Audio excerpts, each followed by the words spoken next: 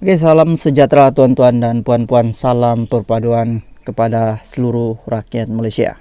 Oke, salam sejahtera tuan-tuan dan puan-puan. Satu lagi berita yang saya mau kongsikan kepada Anda, mungkin mengejutkan Anda juga, dan Anwar juga, selepas Muhyiddin keluarkan kenyataan ini. Berita ini juga saya petik daripada Malaysia Kini. Belum sampai 100 hari, Anwar dah khianati perjuangan reformasi Muhyiddin. Pengurusi Perikatan Nasional PN, Muhyiddin Yassin berkata kesilapan demi kesilapan dilakukan oleh Anwar Ibrahim sejak dia dilantik sebagai Perdana Menteri. Menurutnya, janji tata kelola yang baik telah dikhianati apabila Anwar melantik Ahmad Zahid Hamidi yang sedang berhadapan dengan tuduhan jenayah di mahkamah sebagai timbalannya. Ini dilakukan semata-mata kerana membalas budi Zahid yang berjaya memaksa ahli-ahli Parlimen BN memberi sokongan kepada Anwar sebagai Perdana Menteri. Bukan setakat itu sahaja, janji Perdana Menteri tidak memegang jawatan Menteri Keuangan juga dibuang ke laut apabila Anwar melantik dirinya sendiri sebagai Menteri Keuangan. Ini satu lagi kesilapan Anwar yang tanpa segan silu bercakap tidak serupa bikin katanya dalam catatan di Facebook. Terbaru, menurut Muhyiddin, Anwar melantik anaknya sendiri, Nur Izzah, sebagai penasihat kanan ekonomi dan keuangan kepada Perdana Menteri itu. Tidak pernah berlaku dalam sejarah Malaysia, seorang Perdana Menteri melantik anak sebagai penasihat.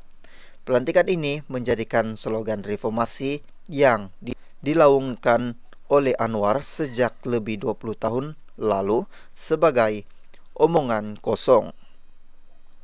Belum sampai 100 hari pemerintah, Anwar telah mengkhianati semangat perjuangan reformasi yang didukung oleh penyokong-penyokongnya sendiri, kata bekas Perdana Menteri itu. Menurut Muhyiddin, sebagai pemimpin parti pembangkang, dia boleh saja mengambil kesempatan daripada kesilapan demi kesilapan yang dilakukan oleh Anwar dan kerajaannya. Tetapi sebagai rakyat biasa, saya tidak rela melihat maruah negara tercalar kerana keterlanjuran Perdana Menteri. Masih belum terlambat untuk Anwar memperbaiki keadaan, tulisnya. Justru Muhyiddin menggesa Anwar meletak jawatan sebagai Menteri Keuangan dan menumpukan tugas sebagai Perdana Menteri untuk membantu negara dan rakyat mengharungi masa yang mencabar. Katanya, Anwar juga perlu mengarahkan Ahmad Zahid supaya bercuti sehingga kes mahkamah yang dihadapinya selesai.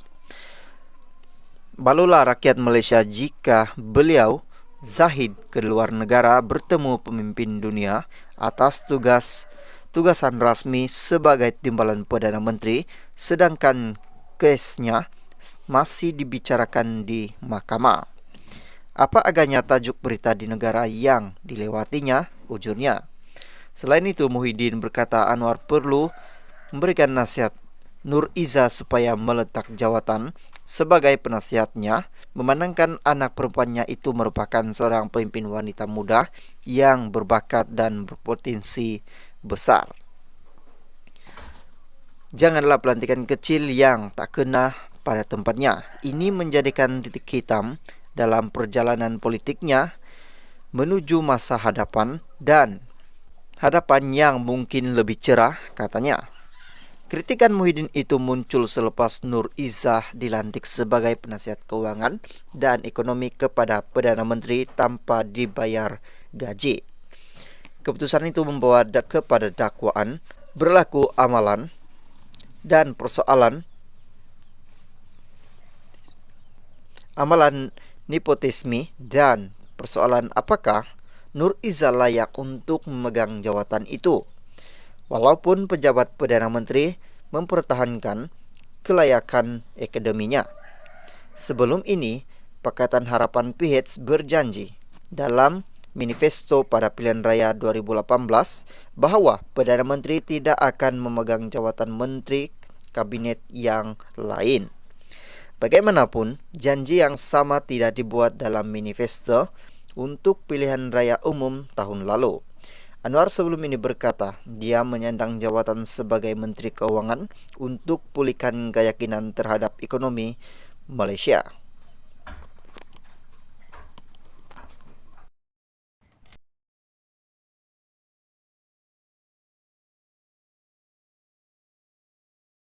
Oke, salam sejahtera tuan-tuan dan puan-puan, salam perpaduan kepada seluruh rakyat Malaysia. Oke, salam sejahtera tuan-tuan dan puan-puan. Satu lagi berita saya mau kongsikan kepada Anda daripada Sinar Harian. Kemana hala tuju? Pemimpin UMNO dipecat, digantung. Syalam, krisis dalaman melibatkan parti tertua Melayu, yaitu UMNO itu bagai tidak berkesudahan susulan tindakan kepimpinannya yang melakukan pembersihan secara besar-besaran pada Jumaat lalu. Majlis Kerja Tertinggi MKT UMNO dalam mesyuarat pada Jumaat telah memutuskan bekas ahli parlimen Rembau Khairi Jamaluddin Abu Bakar dan bekas pengurusi UMNO Selangor Tan Sri Noh Omar dipecat daripada parti. Selain Khairi, UMNO turut menggantung keahlian beberapa pemimpin lain, antaranya ialah ahli parlimen Samborong yang juga bekas naib presiden Datuk Seri Hisamuddin Husin dan bekas ketua penerangan Sahril Sofian Hamdan selama 6 tahun.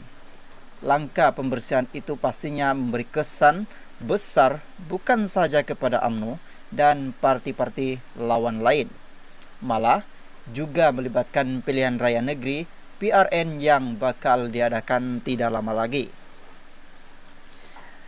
Bagaimanapun, tindakan dan hala tuju pemimpin UMNO yang terkesan akibat pembersihan parti itu sudah tentu menjadi tumpuan pada ketika ini. Meskipun mereka yang telah dipecat atau digantung keahlian itu masih boleh membuat rayuan berhubung keputusan MKT UMNO tersebut. Namun masih alternatif lain yang boleh dilakukan, yaitu menyertai parti lain.